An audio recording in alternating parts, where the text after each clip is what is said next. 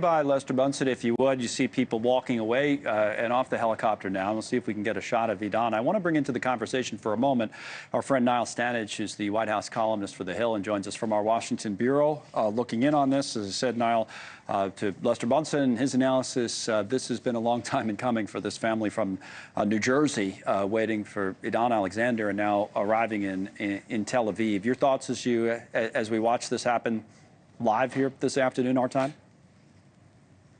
My thoughts are that regardless of where one stands on the broader political picture, on a human level, you have to have sympathy for any family that is suffering, including this family, the length of time this person has been a hostage for. It must be almost unimaginably painful to be in a state of such uncertainty for so long.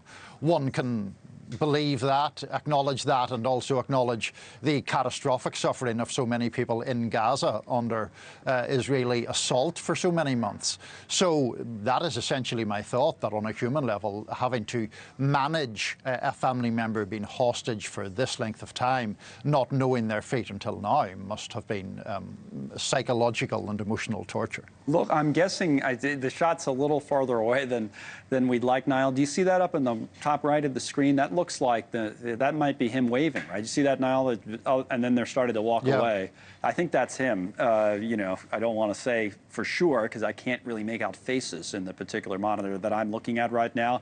But I think that's Edan Alexander, again, native of New Jersey, held in Gaza for so long, arriving now back in Tel Aviv, in Israel. It's late at night there, or getting late. It's 10:41, just about 10:42 p.m., 3:42 p.m. on the east coast of the United States right now. So, Niall, one more thought, you know, to get back to the broader picture. This might be the closest shot that we see of this.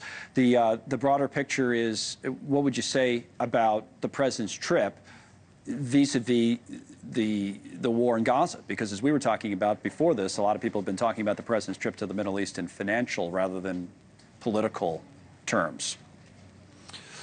Yeah, that's right, Connell. And the White House has been very much putting those financial elements toward the fore. I think that the president's view or stance on the overall conflict between Israel and the Palestinians is difficult to discern right now. You might remember, Connell, a few months ago, he seemed to actually put some pressure on the Israelis to agree to the interim ceasefire that was announced, sort of hurry them along down that road. Then the Israelis broke that ceasefire, and Trump did very, very little to hold them to account or to try to restrain them as they have tried to choke off aid completely to Gaza.